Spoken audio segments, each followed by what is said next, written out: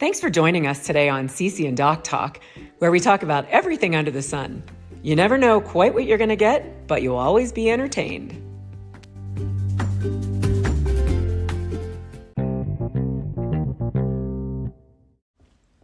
Today we're discussing Anita Moorjani's book, Dying to Be Me. Anita, who suffered from stage 4 cancer, had a near-death experience, an NDE, and during that near-death experience, she was healed of her cancer and chose actually to come back to share her experience. She actually had the option to stay in the beyond, and she chose to come back to share her story and has done so via this book, and she also has a website and some other things. But anyway, we're having this conversation because I read the book and I was really just very impacted by it. And so I asked Amy, Doc, to read the book. And true to form, I read the book in about a day and a half. And Amy has now taken 3 weeks to read the book and highlighted portions. And she's such a good student because I asked her to read the book, so she was taking her assignment very, very seriously. So easy to know why one of us has a PhD and the other one doesn't. Just a clue. Cece, do not have the PhD.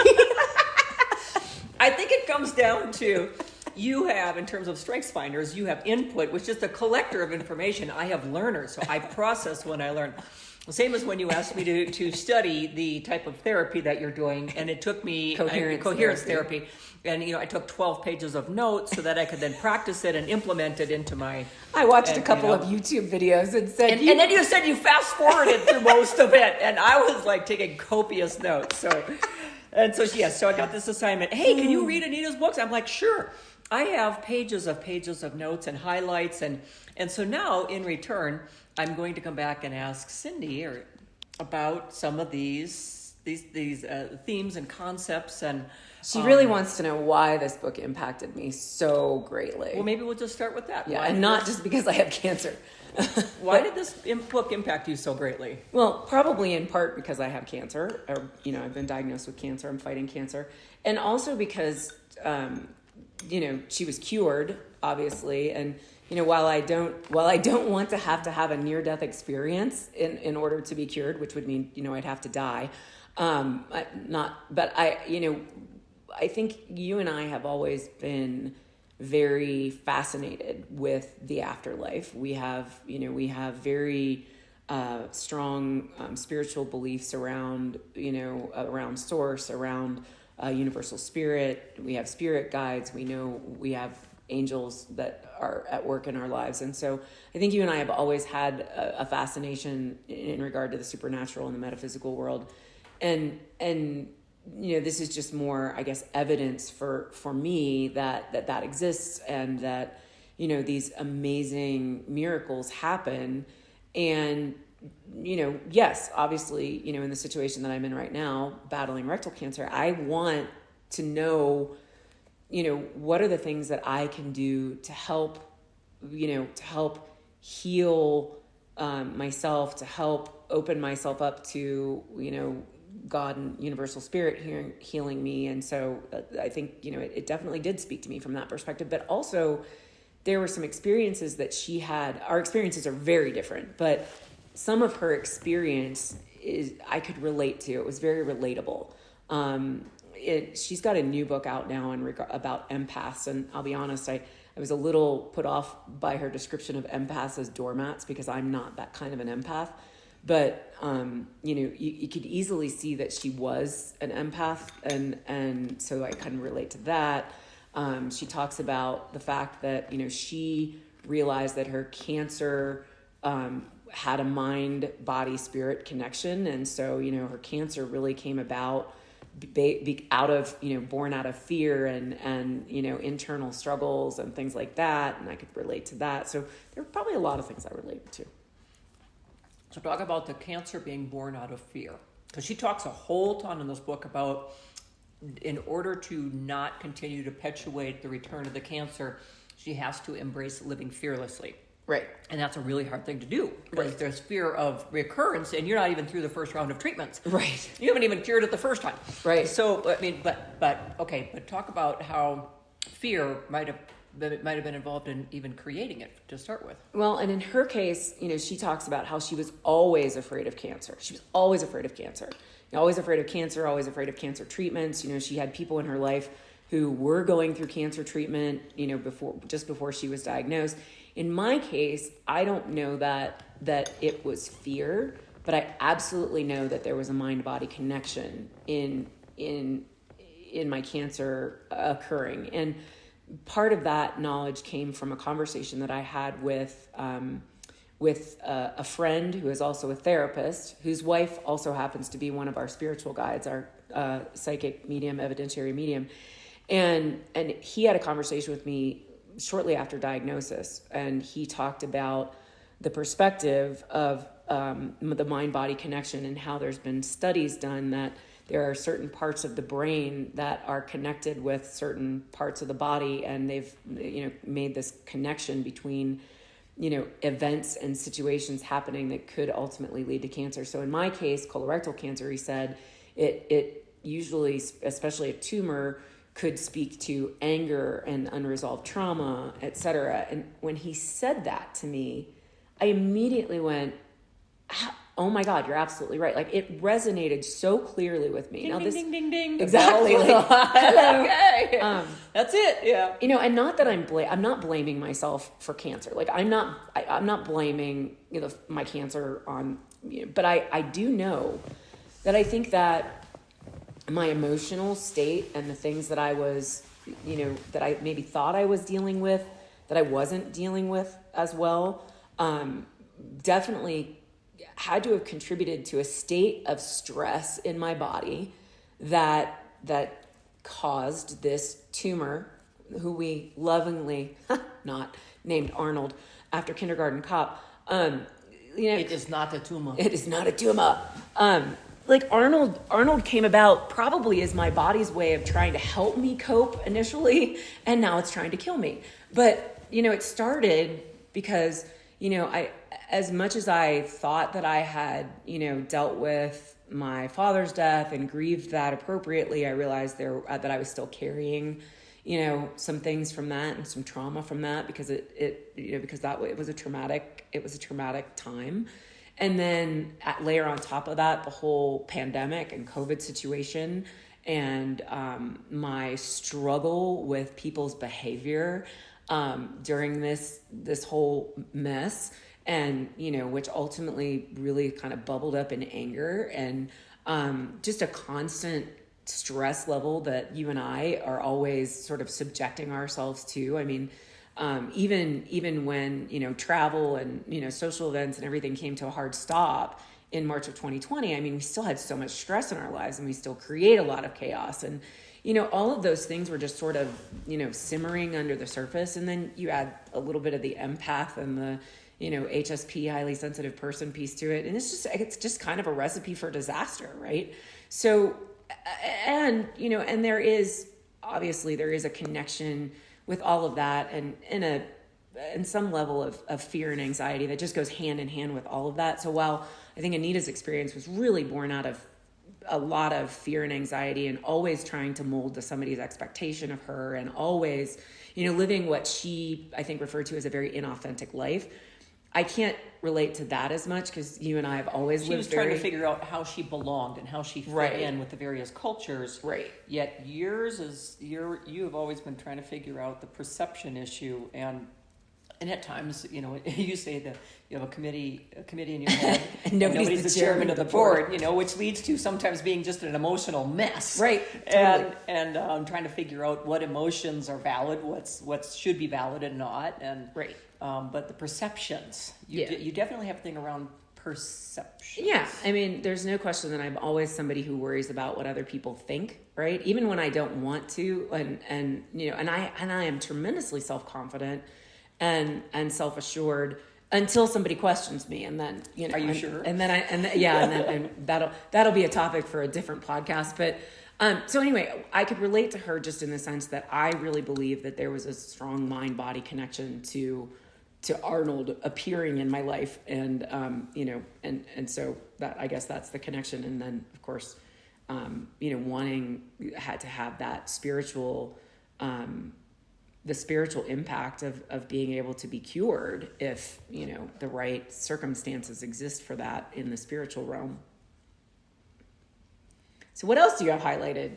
Oh, well, now I'm going to have to jump, and it seems a little bit lack of continuity between what you just said. She said, meditation helps us develop the awareness that we are much more than our physical selves. You have been doing a lot of meditation and a lot of healing work. And so what's your thought and reaction to that? I like to believe in meditation by osmosis, because as I've been doing a lot of that, and I go to bed at night with my, cozy headphone mask on, and, I when I wake up in the middle of the night and the meditation's on, I just kind of jump in, but they always put me right to sleep. So, I like to think that's happening by osmosis. I'm terrible at turning my brain off. I do think that there is a lot to be said for affirmations, which, I think really do affect your subconscious mind and your mindset, sort of, again, kind of by osmosis, sort of the cheater's way of meditating. But I do think that there is some level of self-awareness that helps bring to the table. And like in my case, I think it's also about, finding that inner peace and the positivity, especially on the tough days as we go through this cancer journey. So while I would love to be one of those people who could sit and meditate for hours, with my legs crossed and my hands out and mosquitoes biting me in the middle of a garden and not know the difference, that's not who I am. But I want the inner peace and serenity that brings. So I'm working at it. Yeah. Did that answer the question? Yeah. Well, she talks also about being disillusioned. And she started to question, what am I fighting so hard to keep? What does this all mean? In her pain and fear, I could no longer see the purpose in continuing, and I felt myself getting tired. I was beginning to give up. I was getting ready to admit that I was beaten. How have you, and you're early in this treatment process, yet there's been moments where you're like, I got this. Oh my gosh. I don't got this. Oh my gosh. Is this what? Like, holy shit, this is just the beginning. This is just the beginning. Oh my. How am I going to make it through this? So talk about just the being disillusioned so early in this process. And it's interesting because I actually read her book before chemo started. And probably even before my radiation side effects were horrific. Atypical experience, by the way. Not everybody has that experience. Believe it or not, I remember that passage, but I actually related it more to the sort of existential crisis and the crisis of faith that I have had with, the passing of Dad, and even the passing of Grandma, and, Grandma having dementia. And, it seems like whenever I lose somebody who's very close to me, I have that crisis of faith, or when you and I watch somebody whom we love and just adore and think is, one of the most amazing people on the planet die of, cancer or some other thing. And we wonder, why bad things happen to good people. I think that's how I can really relate to that, being disillusioned. And then certainly now, with the journey of the treatment journey with cancer. Yeah. There have definitely been a few days when I'm like, I'm not sure who decided that I could handle all this, but they were clearly wrong. and I'm not sure how the F I'm going to get through this, but and then the good days come along and you're like, oh, thank God for the good days. And then you think, okay, I'm going to go back at this next week and start over again. So I don't know. Yeah. So I'm going to look at, I'm going to stay on this whole, what caused this, because this is really, the mental struggle of, did I cause this? Did this happen to me? How could bad things happen to good people? And so there's a comment in here.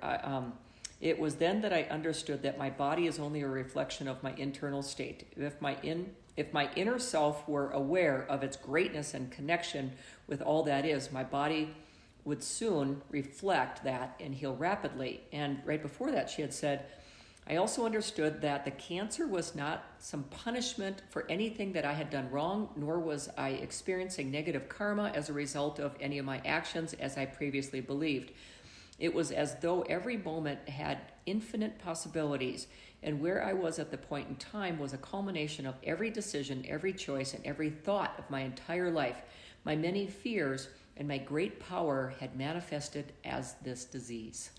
The only reaction I have to that, and I remember that passage very clearly, is I absolutely 150% resonate with everything she said in that passage. Interesting. You know, I might add a couple more emotions to her, you know, comment about fear. But aside, I mean, everything she says in that paragraph, I completely agree with. Okay. And then, you know, she goes on to continue to, you know, that the purpose of life is to be ourself, live our truth, and be the love that we are. Yeah. And, you know, like I said, I think you and I do a fabulous job of living very authentically. You know, pretty much with most people, what they see is what they get. You know, there's no pretense about us, right? And I think that's why people connect with us, because we are very real. I've never felt like I've lived an inauthentic life. I will, though, say that I can relate to that statement in the sense that I am always seeking, right? I'm always looking for, I'm constantly seeking purpose. You know, and sometimes even when I think I found it, then, you know, later I realize that's not it, right? And so I'm back to seeking purpose. So I think that to some degree, my connection with that part of the book really is around the fact that I've been just searching and seeking and searching and seeking and searching and seeking. You know, how many businesses have I started? How many different paths have I gone down? How many different, you know, avenues have I explored, in part because I do have that committee in my head, and there's so many different facets of my personality, and I have such a very big, you know, inner imaginative world, but also because I just don't think I've found it yet. And, you know, I always used to say, you don't have to know what you want to be when you grow up. You just have to know what you want to be right now. But I think that the chaos that I've created in always seeking, always looking for the next thing, always pursuing the next creative thing or the next, you know, work thing or, you know, money-making venture, et cetera, I think that chaos has created some level of underlying stress and sort of consternation within me that, you know, culminated with all the other stuff we've already discussed, you know, again, was kind of a recipe for disaster. Mm-hmm. So that relates to her comment. I used to think that the external world was real and that I had to work within its confines. Yeah. Are you thinking differently now? I'm trying. And yet, you know, even during I mean, we're in the middle of freaking cancer treatment, and all of a sudden we're like, hey, let's create a podcast. And somehow in my mind, I'm like, you know, on one hand, I'm like, this is a great idea, and it would be a lot easier and a lot less stressful and a lot simpler than so many other avenues that you and I have gone down. And yet on the other hand, I'm like, I'm in the middle of freaking cancer treatment. What the hell am I thinking? You know, because I kept thinking that, you know, I still believe that this is happening to me for a reason, and that, you know, that I will know the purpose at some point. And so, you know, like Anita, she realized that she didn't have to go seeking her purpose after she came back from the NDE. She realized it would come to her eventually. And so there's a part of me like questioning even this podcast thing, going, am I doing it again? Am I just, you know, am I not waiting and being still long enough? Or is this it? And maybe this is a great distraction, you know, from treatment on the good days, right? Like you and I have conversations like this all the time. Why not? Yeah.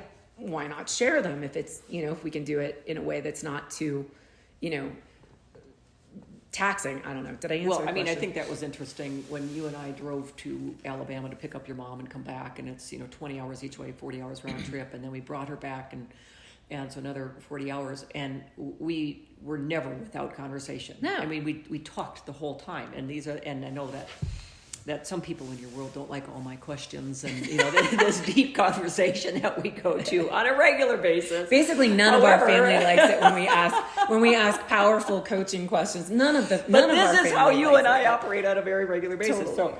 So she says, I found that having an inside-out view means being able to fully trust my inner guidance.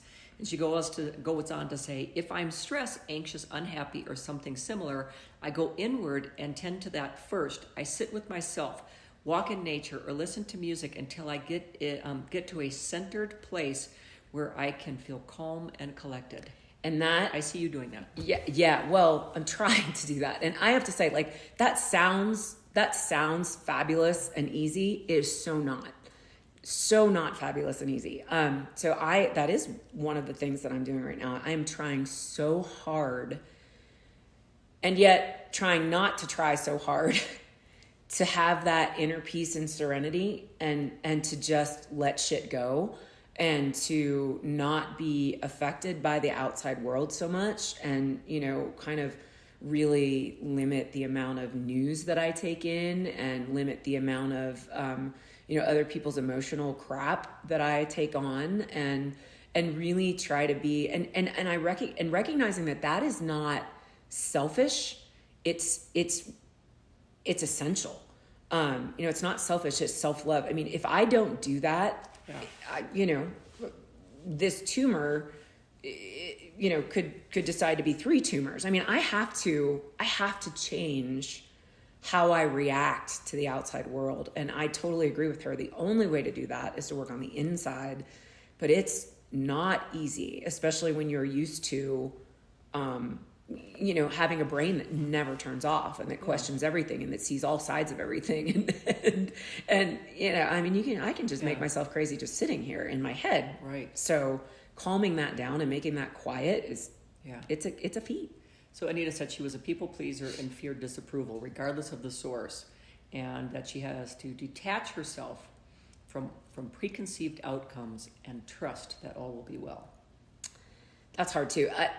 And while I don't relate to that on all accounts, I can say there are lots of people that I could care less if I disappoint, but there are some people that I care very much if I disappoint. So, very, very immediate family is certainly an example. You're an example. You and I have talked about that. You and I work very hard at not disappointing one another. And while, we like to see that as happily codependent, sometimes it's probably not as healthy to trade, our needs for somebody else's. And so, that's hard. It's hard. I mean, growth is hard. Self-love is hard. It is. And she indicated that she needed to forgive herself, not other people. And she was the one that was judging herself. So I would say I need to forgive myself and other people because, we both know I can be judgy and have opinions. I need to learn how to separate people from their perspectives sometimes. I'm actually going to let you speak to that because you and a number of others have brought up my tendency to be hard on myself and why that's so important to get rid of that behavior, especially now. So I think you should speak to that one. I do see that you are hard on yourself. And I've watched you already really struggle with, you have turned into researcher, a WebMD. The doctors are just impressed and probably mildly irritated. But they're just like, it's like, questions. Oh my gosh, I don't know that I've ever had a client or a patient that has been this thorough and asked this many questions. I mean, you're trying to dot every I, cross every T, do everything possible to make sure that you do it right. And you want to do it right from the beginning. And when you get conflicting information, it causes a great deal of confusion. And then you get, and you can't just let that go. You can't, because in fact, actually, I'm going to have to scroll back up and find that where she says, as she continued to receive conflicting information and cause confusion, it kind of fuels the fire. The struggle is real. The struggle is real. The struggle is real. Well, and I'll never forget the day that when my sister, my family came here to support me over the holidays, in part because all of our holiday plans got blown up by my diagnosis. And very, very COVID safely. My family came here to support me. And it was so amazing to me. I remember just being dumbfounded the day that my sister said, she goes, not everybody wants to know all of the details of their diagnosis, of their treatment, of the possible side effects, of what might mitigate them. She's like, some people would rather just trust their doctors and go into this and be basically, ignorant follower. and just be a good, and I don't mean ignorant in a bad way. I just mean, ignorance is bliss in this case, and just, go through it without having any of this knowledge and information. And I remember just like, I looked at her, I'm like, are you kidding? Like, why would somebody operate that way? And she's like, and then I was like, oh my God, she's so right. I mean, already you have like 6 notebooks, you have spreadsheets, how you communicate. Hey, you did the spreadsheet. You put it all together, and then I just helped with the formatting. But the amount of over-orchestration, some would see it as, but for you, it's a necessity. Well, it's also trying to control the only pieces of this that I can control, right? So then let's talk about trust and control. Right? Right. We always talk about trust and control as a spectrum. The more you trust, the less you try to control. The less you trust, the more you try to control. You don't trust this process at all. And in some ways, I do on some level. Like I really do believe that the care team that is in charge of my care is competent. I believe they're well educated. I believe they're experienced. And actually, Anita was talking about in her last email that she sent out about how many doctors don't give their patients hope and they literally scare them to death. And I thought, and first of all, I that never even occurred to me that doctors might do that. And then I realized how truly blessed we are to have a care team who is like, this is serious, but it's not doom and gloom. And, they've given us hope for a cure. And, they're I'm like, wow, I didn't realize how blessed we were to have doctors that aren't convincing me I'm going to die every day. And then, but the trust thing, but the control thing, right? So you and I both have a little bit of that. And, I think it just comes out of, you feel so out of control when you get a diagnosis like this. And, you want to do everything in your power so you don't die. And so, you do kind of start to over control the things that you can, because you just, and we recognize that creates more stress for me. So I've had to back off of that, but it took somebody pointing it out to me, i.e. you and my oncologist, pointing out to me that I wasn't going to be able to control all this. I remember, the doctor he said that day, he goes, I would probably have the tendency to do the same thing that you're doing. And he's like, but at some point you have to let go and you have to have some faith that something bigger than you has got this. And what did he also say about there's more than one way? Oh God, there's more than one way to do the right thing. And that, oh my gosh, that just hit me on so many different levels. Like, so many different levels. Because you were trying to find the right way to do this, to how do to do everything. the supplements, to prevent the side effects, to do nutrition. You wanted to be the perfect model patient, get through this the best you can, and with minimal impact. Right. And of course, all of that was before chemo started. And then we realized that second half of the first chemo week, we realized all of that shit goes out the window because I can't eat, I can't, do anything but sleep. Yeah. I, want to vomit. There's just, there's, right. You're in the bathroom every 20 minutes. So you realize you can't control any of that shit. So, So I want to cover a couple items here. One is, I do want to come back to the food, but I want to, as long as we're down this path for a moment. She said, I still believed that I wasn't going to make it, and I was very, very scared to death. I was scared of dying. And I think, when you first get the cancer diagnosis, I don't know that you heard it with the same gong bell that I did. It was like my head was right in the middle of Liberty Bell and somebody was beating it. And my knees buckled. It took my breath away. You I were almost standing fainted. behind me. I remember you were standing behind me, and I didn't know you were having this experience, but I think it's important that you share that. Well, and I just turned, I know, and I almost felt like I was going to faint. I know I went white, and I literally we were in the hospital room where you had the colonoscopy, and I stepped behind you, and I had to sit down in the chair and put my head down, because otherwise I was going to go down. And then later you're like, well, did he say cancer in that room? Like, this is probably going to be cancer. I'm like, yes. I'm like, why do you think I almost just like hit the ground right there? And it took my breath away. It hit me so hard, and I just remember my body turned white. I just drained, and it's like, okay, and so it's like, all right, we can, we're gonna figure this out. But I was not prepared for that. Well, and I think my initial reaction was I heard the word, and I was so in my logical brain then, right? Because he gave us all the good news first, and I think I knew that because he was giving us the good news first, meaning I didn't have IBS, and I didn't have UC, ulcerative colitis, and I didn't have anything going on with my upper GI. I thought, what's coming? And I was so in my logical brain, I heard the word, and then I thought, he's got to be wrong. Like we both know, like, there was no reason why I should have been diagnosed with cancer. And, having had a clean colonoscopy 2 years ago, even he didn't think that this was going to be the case. Right. And so I don't even know. There were no indicators, nothing, all the blood work, everything came back clean. And you said he was so... I think it took him an extra hour to actually come and deliver the news. We were waiting forever because it was just going to be hard news. And shocking. Even for him. So I think when he said the word, I think I was so in my logical brain, I thought, okay, well, just because he found a tumor and he thinks it might be cancer doesn't mean it is, right? So you went to denial. So I did go to denial, or at least what I would consider pragmatism. Like, I thought, well, it's in pathology. We don't have any real definitive answers yet. Remember, we were calling it benign Betty for the longest, for the time that we had to wait for the diagnosis, because I thought, well, it could still be some just big ass benign fatty tumor. He doesn't necessarily know what he's talking about. They always err on the they always go to the worst case scenario. So that's what I had in my head. In the meantime, you're like passing out behind me, and I didn't realize, and I don't think it really hit me until you and I spent that whole, because my colonoscopy endoscopy was on a Friday.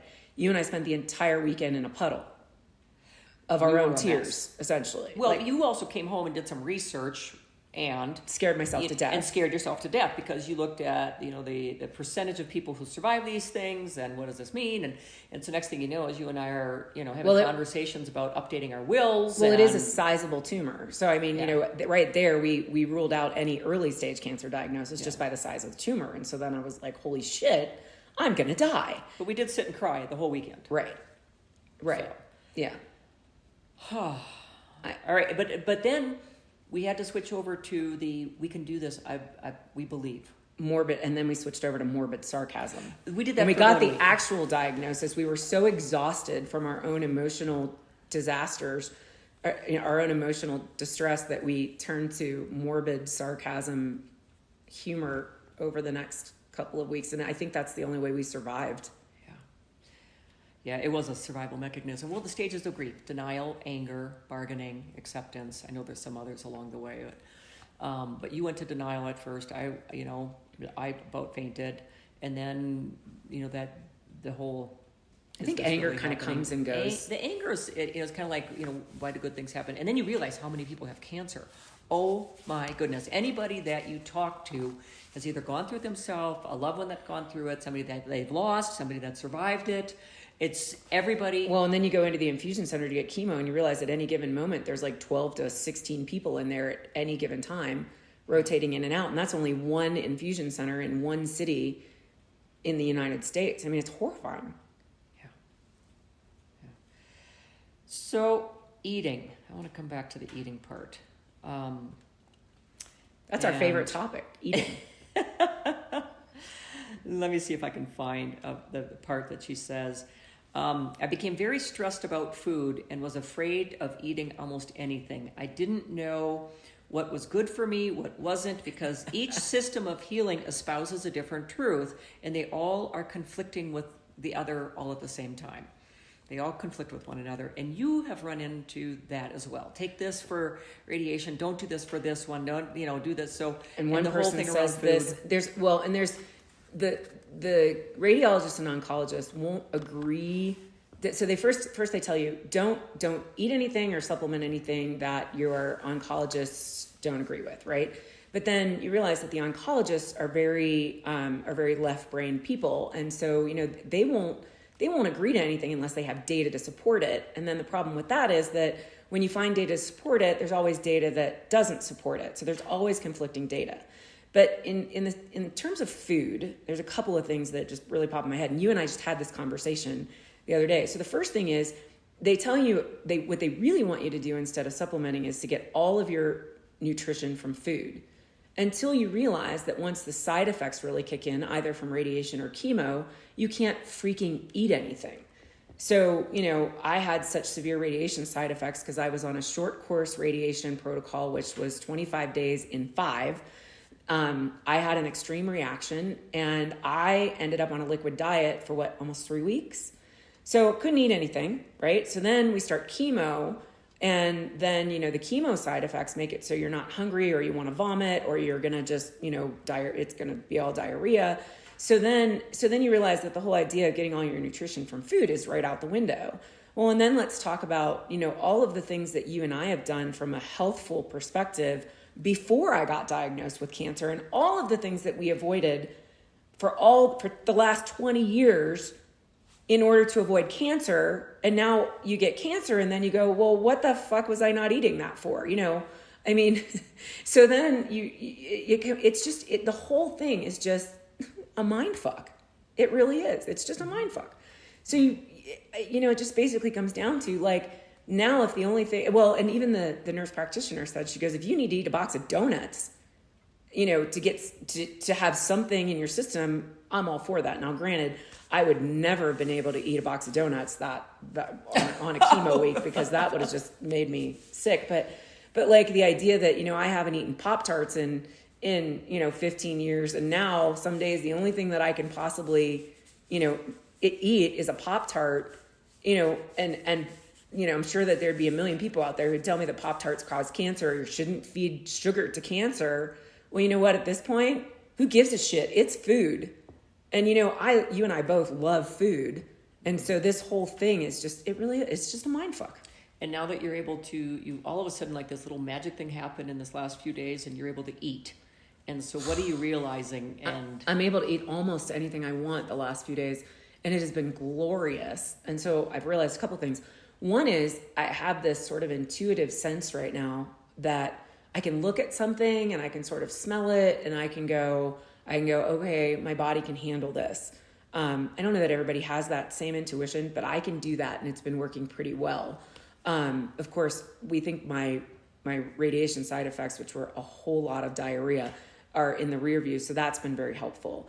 And then the other thing is, I realized too that because, next week's a chemo week, or the end of this week is a chemo week, and I'm going to be back in the, feeling crappy mode, I'm now kind of thinking, okay, well, I'm going to eat whatever I can and whatever I want this week, because if I can't eat next week, I want to be able to go into next week being satiated first and foremost, but then also having nutrients in my body and being in a better place physically than I was going into the last round. So this is interesting how they say don't lose weight. So the rule of thumb is, you have to move, eat, sleep, and drink a lot of water. Mm-hmm. The only thing that I think I really managed well was drinking a lot of water and moving when when I wasn't on the couch all day. Yeah, you actually did a good job. I did really well at sleeping. Never mind. Yeah, the moving is important because it prevents blood clots. Right. And yet, you're going through this treatment, but both of us have lost weight already. I mean, we're 2 months into this, and you're down 20 pounds, I'm down 10 pounds, and it's just, it just isn't it's a highly effective diet, not recommended. Totally not recommended. And thankfully, I had weight to lose. You and I have always been active, and I was so freaking healthy before this tumor was diagnosed, and I never knew I had this big fat tumor sitting in the bottom of my rectum. I felt amazing. And so you and I were really healthy. We were working out regularly every day for almost an hour, and very active and very healthy in our eating. So this just really threw me for a loop. And, I think both of us probably lost a couple of pounds initially just because of the stress of the diagnosis. But then, when the radiation side effects hit, you were still eating.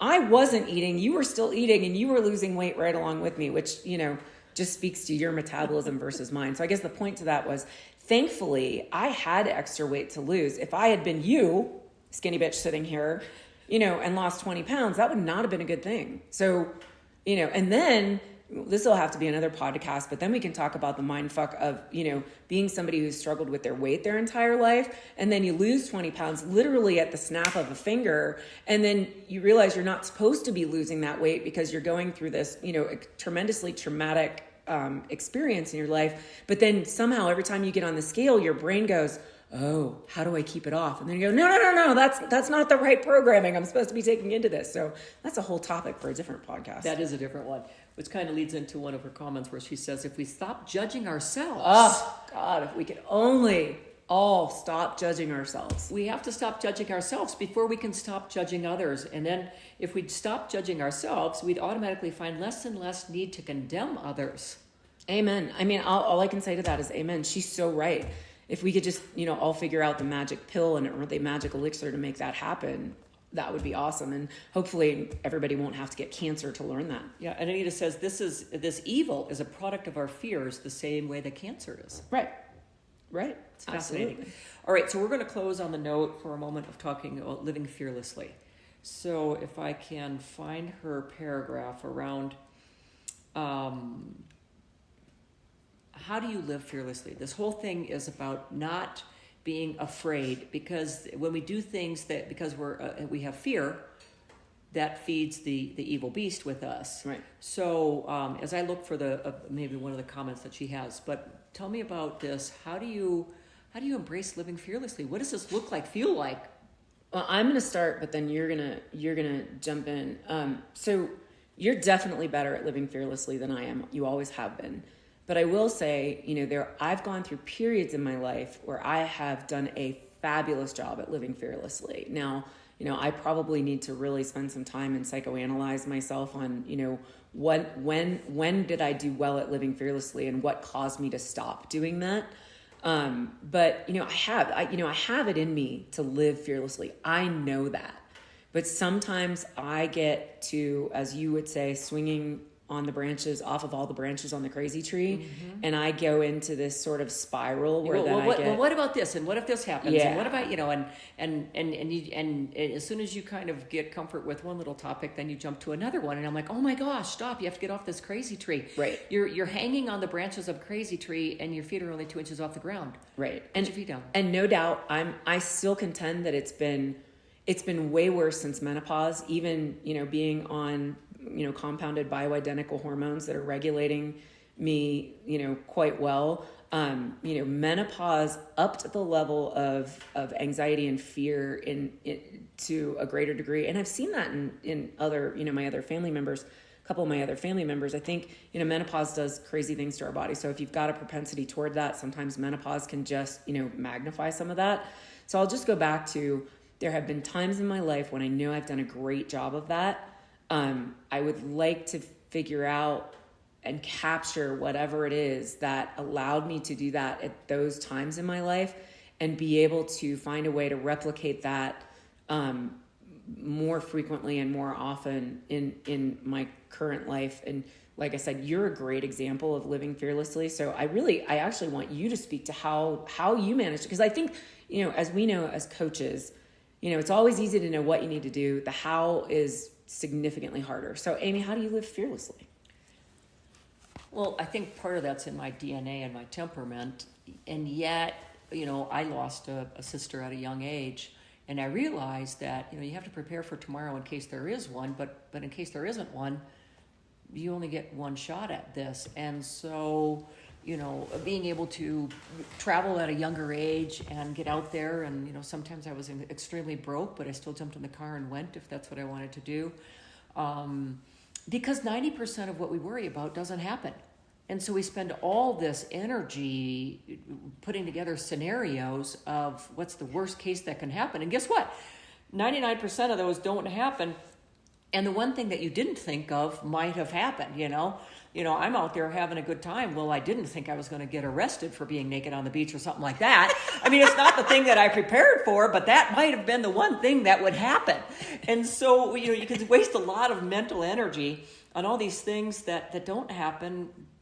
But, there's other things that will happen. And you just have to have the self-confidence and the ability to know that when they come up, you're going to have to handle them. You and I didn't prepare for, our whole life for how are we going to deal with cancer. It never crossed our mind, right? So we that was worried. not that we were preparing for heart attacks and diabetes and all these other things.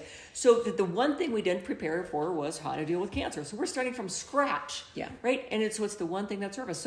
So we could have spent all of our time worrying about these things, and they don't happen. So when they do happen, you have to know that you can have the courage and the wherewithal to then deal with it at the time and get through it. And you make such a really good point. And I do think temperament has a lot to do with it. You do have a temperament, and again, another podcast topic. You do have a temperament that allows you to take more risks without overthinking the consequences. Again, risk taking, not reckless. I happen to have, multiple temperaments in me. We call it the chameleon or multiple personality disorder. And so that committee in my head definitely lends itself to more of that, kind of worry mindset, because I think of all the different angles and possibilities and how do we troubleshoot this before it happens and blah, blah, blah. And, that committee really is sort of, they're a blessing and a curse. So temperament definitely is a part of it, but you make such a good point. Like, we prepared for so many things based on family history, right?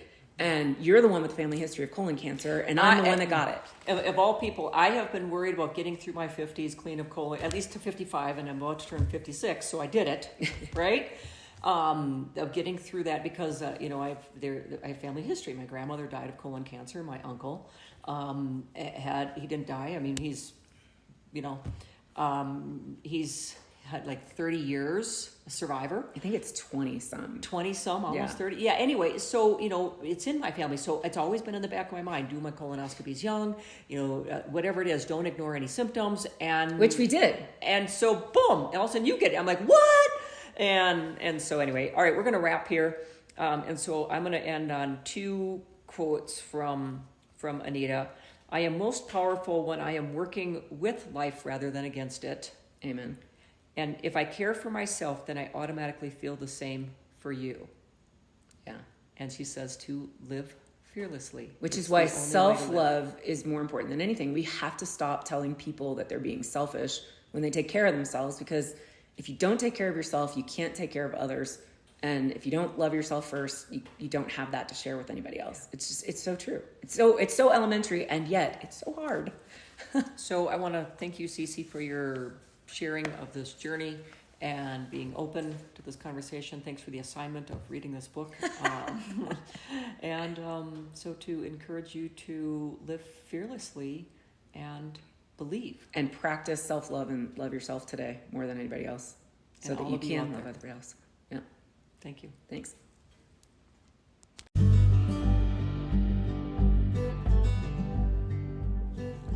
Thanks for tuning in to Cece and Doc Talk.